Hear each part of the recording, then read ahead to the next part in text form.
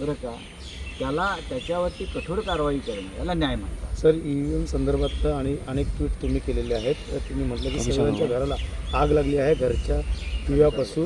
का वाटतं म्हणजे राज्यात ज्या प्रकारे घटना घडत आहेत कोणत्या विषयावर तुम्ही मला प्रश्न अनेक विचारताय? तुम्ही ट्विट केलेलं आहे विषय त्या कोणता? संदर्भात की EVM क्लीनची संदर्भ असेल चीफ त्या जस्टिसच्या दिल्लीचे घरी मुख्यमंत्री केजरीवाल चीफ जामीनवर जस्टिस असेल, चंद्रचूडच्या घरी अनेक गोष्टी पंतप्रधान असतील. नरेंद्र मोदी आरती करतात. आज चंद्रचूड हे देशाचे सरन्यायाधीश आहेत. नोव्हेंबर महिन्यात ते निवृत्त होत आहेत आणि प्रधानमंत्री किती जणांच्या घरी गणेश उत्सवासाठी गेले हे काय माझ्याकडे माहिती नाही. पण काल सर्वत्र सरन्यायाधीशांच्या घरी प्रधानमंत्री आले, आरती करतायत दोघे, त्यांच्या दोघांतला संवाद पाहण्यात आला आणि धर्मनिरपेक्ष म्हणून घेणाऱ्या राष्ट्रामध्ये एक छान चित्र आम्हाला पाहायला मिळालं, सरन्यायाधीश आणि प्रधानमंत्री. खरं म्हणजे हे संविधानाला किंवा प्रोटोकॉलला धरून आहे का, याच्याविषयी लोकांमध्ये आणि घटनातज्ञांमध्ये चर्चा सुरू. आमच्यासारख्यांच्या मनात प्रश्न आला, प्रधानमंत्र्यांशी इतकी राजकीय जवळीक असलेले न्यायाधीश कोणी असतील, ते महाराष्ट्रातल्या घटनाबाह्य सरकारच्या बाबतीत आम्ही जी लढाई करतो, मग तर आम्हाला न्याय मिळणं का मिळत नाही किंवा तारखांवर तारखा का पडतात, अशा आमच्या लोकांच्या मनात शंका आहे. ते का होत आहे? सरन्यायाधीश चंद्रचूडांसारखी व्यक्ती त्या पदावर असताना 3 वर्ष एक बेकायदेशीर सरकार बसवलं जातं, घटनाबाह्य पद्धतीनं सरकार पाडलं जातं.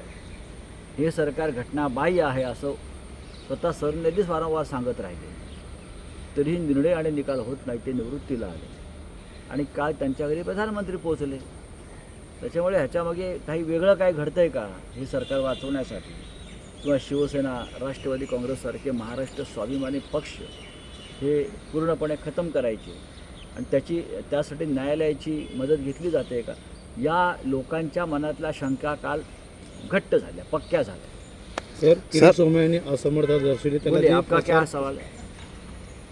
सर, एक वीडियो आपने ट्वीट किया है जिसमें ये देश के वो जो चीफ जस्टिस है उनके घर पे भगवान की आरती कर रहे हैं, उसमें आपने ये भी लिखा है ऐसे है कि गणपति उत्सव है, लोग एक दूसरे के घर में जाते हैं.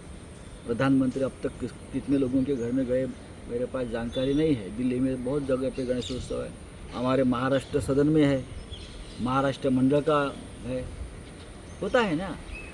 लेकिन चीफ जस्टिस साहब के पास प्रधानमंत्री जी गए और प्रधानमंत्री जी और सर हमारे चीफ जस्टिस साहब ने एक साथ मिलकर आरती भी उतारी भगवान की. हमारी शंका इतनी है कि क्या ये संविधान के रखवालदार इस प्रकार से अगर राजनीतिक नेताओं से मिलते हैं तो लोगों के मन में शंका है. हमारी जो केस है महाराष्ट्र में, जो घटना बाह्य सरकार चल रही है और उसकी सुनवाई चंद्रचूड़ साहब के सामने चल रही है, तो हमें शंका है कि हमें न्याय मिलेगा. क्योंकि एक पार्टी है उसमें प्रधानमंत्री जी, जो हमारा मुकदमा चल रहा है उसमें पार्टी है केंद्र सरकार और केंद्र सरकार के मुखिया सर न्यायाधीश के सामने साथ आते हैं, घर में बैठते हैं. तो सर न्यायाधीश चीफ जस्टिस ने इस केस से अपने आप को अलग करना चाहिए, नॉट बिफोर मी करना चाहिए. क्योंकि एक पार्टी है प्रधानमंत्री इस मुकदमे में, उनके साथ उनके रिश्ते खुलेआम दिख रहे हैं. ऐसे में क्या चंद्रचूड़ साहब हमें न्याय दे पाएंगे? 3 साल से तारीख पर तारीख हो रही है, एक गैर कानूनी सरकार चल रही है. एनसीपी और शिवसेना जैसी पार्टी को जिस तरह से तोड़ा है, हाँ, उनके सामने ये भी गलत है. हमें न्याय नहीं मिल रहा है. प्रधानमंत्री खुद महाराष्ट्र के गैर कानूनी सरकार में इंटरेस्ट ले रहे हैं बचाने के लिए, और न्याय देने का जिम्मा जिस न्यायाधीश जी के ऊपर है, उनके साथ उनका इस प्रकार का जो दोस्ताना और रिश्ता है, तो महाराष्ट्र के मन में कल एक शंका आ गई कि हमें न्याय मिलेगा. ऐसा लगता नहीं. इसलिए मुझे लगता है एक परंपरा है कि ऐसे केस में अगर कोई पार्टी होती है